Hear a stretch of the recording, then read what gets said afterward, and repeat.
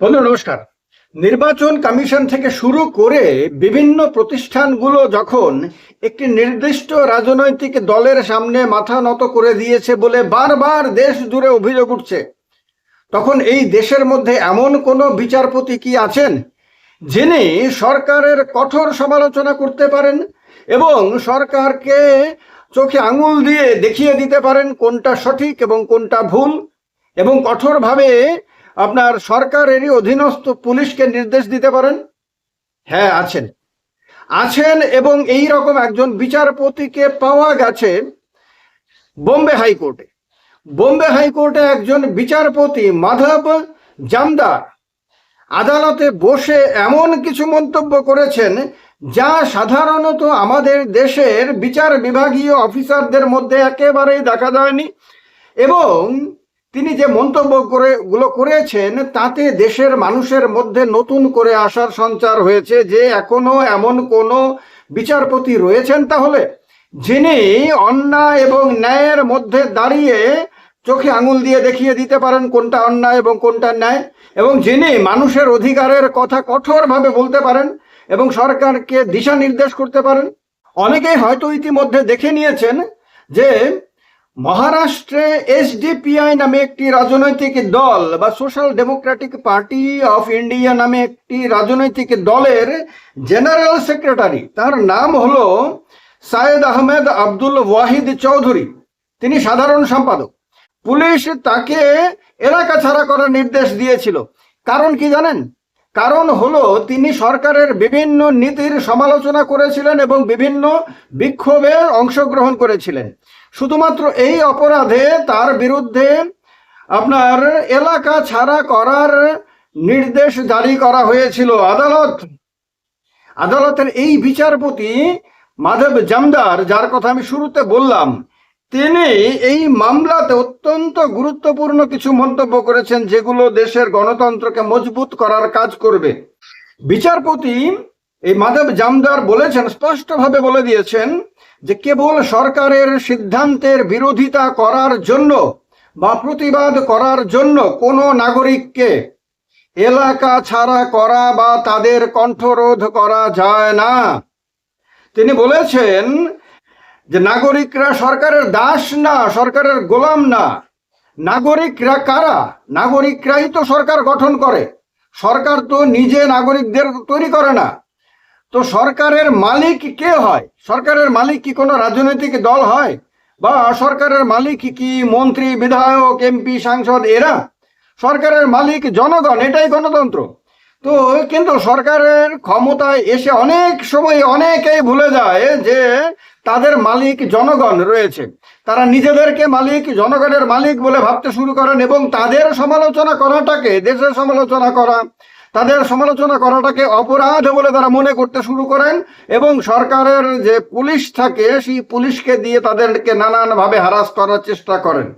এই বিচারপতি বলেছেন নাগরিকরা সরকারের দাস নন এবং প্রতিবাদ করা তাদের মৌলিক অধিকার। কত গুরুত্বপূর্ণ মন্তব্য এই সময়ে এটা হতে পারে একবার কল্পনা করে দেখুন।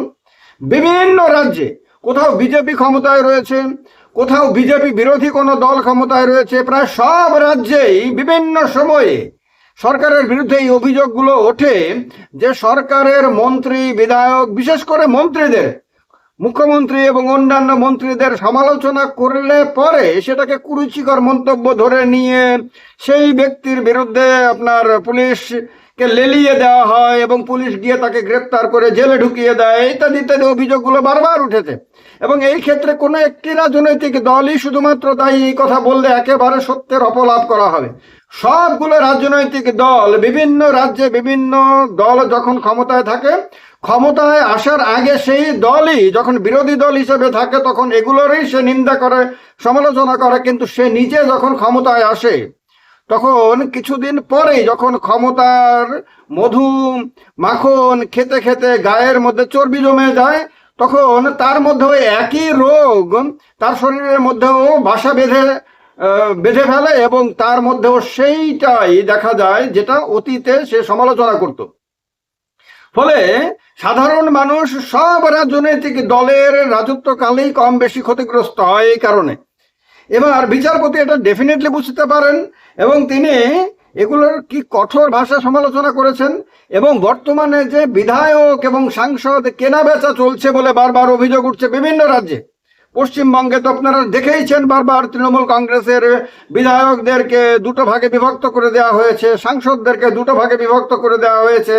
একদল সাংসদ তারা অন্য পার্টিতে মার্চ করেছেন, আর এটা বৈধ না অবৈধ সেটা এখনো বিতর্কের বিষয়। সেটা নির্বাচন কমিশন আগামী দিনে রায় দিলে পরে আমরা জানতে পারবো যে সাংসদরা যে তৃণমূল কংগ্রেস ছেড়ে এনসিপিআই নামে একটি অজ্ঞাত পরিচয় রাজনৈতিক দলে মার্জ করেছেন, সেই মার্জারটা বৈধ না অবৈধ আগামী দিনে বোঝা যাবে। নির্বাচন কমিশন যদি সেখানে মন্তব্য দেয় এবং সেই মন্তব্যকে যদি কোনো একটি গোষ্ঠী মান্যতা না দেয় তাহলে আবার আদালতে যাবে, আদালতে এরপরে আবার একটা লড়াই শুরু হবে। অন্যদিকে আমরা দেখেছি পশ্চিমবঙ্গে বিধায়কদের মধ্যে দুটো ভাগ হয়েছে। এবার অন্য ভাগটি যারা বিদ্রোহ করেছে তারা অন্য কোনো দলে যোগদান করেনি, তারা বুঝিয়ে দিয়েছে তারা মূলত বিজেপি পন্থী হয়ে গেছে, বিজেপির কাজের, বিজেপি নেতৃত্বাধীন কাজের প্রশংসা করতে তাদের মন উদ্গ্রীব হয়ে রয়েছে, এটা তারা বুঝিয়ে দিয়েছে বিভিন্ন সময়ে। কিন্তু তাদের মূল উদ্দেশ্য হলো তৃণমূল কংগ্রেসটাকে মমতা বন্দ্যোপাধ্যায়ের হাত থেকে কেড়ে নিয়ে তার পূর্ণ দখল করা এবং তারা বোঝাতে চাইছে যে বাংলাতে বিজেপির বিরুদ্ধে যত ক্ষমতার কেন্দ্র রয়েছে সেই সমস্ত ক্ষমতার কেন্দ্রকে তারা দখলে নিয়ে তারাই হয়ে যাবে এক এবং অদ্বিতীয়, মানে বিরোধী পক্ষের মধ্যে। এরকম অবস্থান চলছে। মহারাষ্ট্রের মধ্যে আপনারা জানেন শিবসেনার মধ্যে কিভাবে বিভাজন হয়েছে। প্রথমে শিবসেনা বিভাজিত হয়েছে, একটা শিবসেনা অরিজিনাল শিবসেনাটা চলে গেছে বিদ্রোহী একনাথ সিন্দের পক্ষে, আর যেটা অরিজিনাল শিবসেনা ছিল যার দখলে ছিল সেই উদ্ধব ঠাকরের কাছে অন্য আরেকটি গোষ্ঠী, মানে অন্য নতুন নামে আরেকটা পার্টি তুলে দিয়েছে নির্বাচন কমিশন, তাকে বলা হয় শিবসেনা ইউবিটি। এবার শিবসেনা ইউবিটি গত লোকসভা নির্বাচনে ভালো রেজাল্ট করলেও এবার দেখা গেছে তার সেই এমপিদেরকেও ধরে রাখতে পারছে না, আবারও তার মধ্যে ডিভিশন হয়েছে, বারবার দলটির মধ্যে ডিভিশন হচ্ছে এবং মহারাষ্ট্রের রাজনীতিতে এখন দলবদলই সবচেয়ে গুরুত্বপূর্ণ বিষয় হয়ে দাঁড়িয়েছে সাধারণ মানুষের মধ্যে, মিডিয়ার মধ্যে, বিধানসভাতে, সব জায়গাতে। আর এর দিকে বোম্বে হাইকোর্টের এই বিচারপতি মাধব জামদার খুব ভালোভাবেই যে লক্ষ্য রাখছেন তা বোঝা যায়। তিনি বলেছেন যে পুরো মহারাষ্ট্রে এখন রাজনৈতিক ঘোড়া কেনাবেচা চলছে।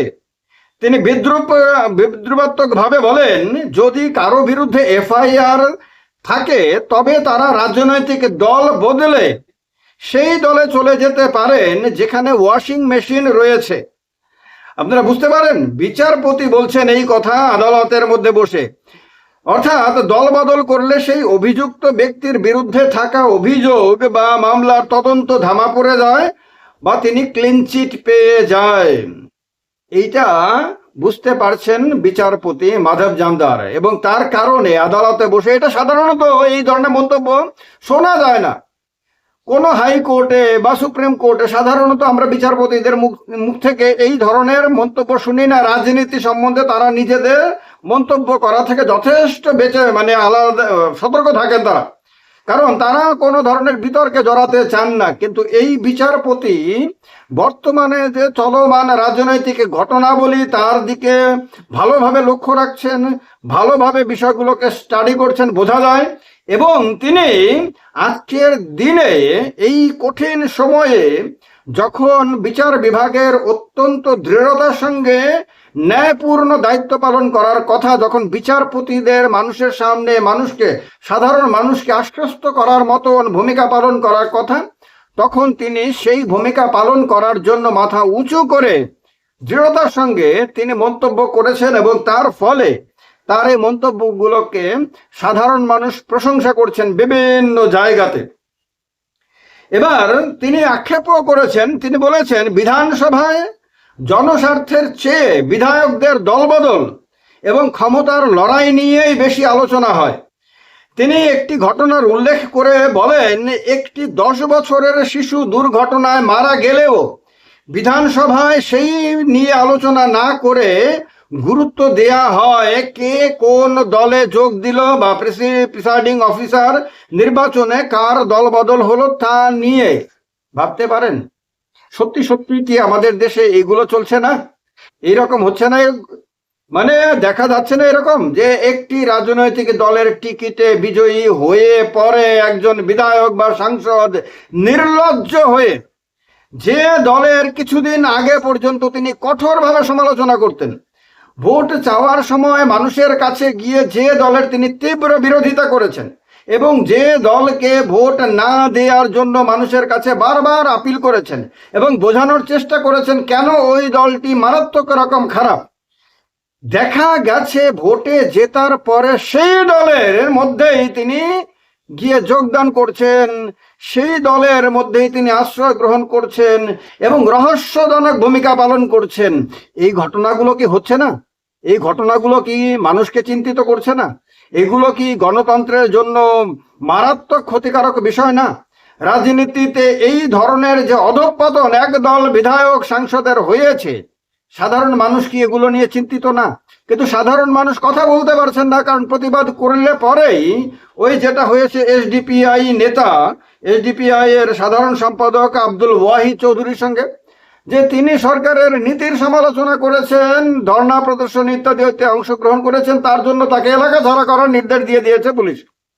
বিচারপতির এই যে ভূমিকা, এই ভূমিকা এমন একটা সময়ে এলো যখন বিভিন্ন রাজনৈতিক দলগুলো বারবার অভিযোগ করে আসছে যে ইডি সিবিআই সরকারের হয়ে কাজ করছে, যখন অভিযোগ করছে যে নির্বাচন কমিশন একটি রাজনৈতিক দলের হয়ে কাজ করছে, যখন অভিযোগ উঠছে যে বিভিন্ন যে ইনস্টিটিউশনগুলো রয়েছে সেই ইনস্টিটিউশনগুলো তাদের নিরপেক্ষতা হারিয়ে একটি রাজনৈতিক মতাদর্শের দিকে ঝুঁকে গেছে, যখন অভিযোগ উঠছে যে দেশের মিডিয়া যাদের নিরপেক্ষ হয়ে গণতন্ত্রে সবসময় মানুষের পক্ষে কথা বলার কথা এবং যার কাছে বেশি ক্ষমতা তার কঠোরভাবে সমালোচনা করা, তার ভুল ত্রুটিগুলো তুলে ধরার কথা এবং তাকে ব্যতিব্যস্ত করার কথা, তাকে বাধ্য করার কথা সে যাতে নিজের দায়িত্ব থেকে কখনো বিচ্যুত না হয়, কিন্তু এই মিডিয়া পর্যন্ত একটি রাজনৈতিক দলের পক্ষে ঝুঁকে গেছে বলে বারবার অভিযোগ যখন উঠছে, তখন বিচারপতি জামদার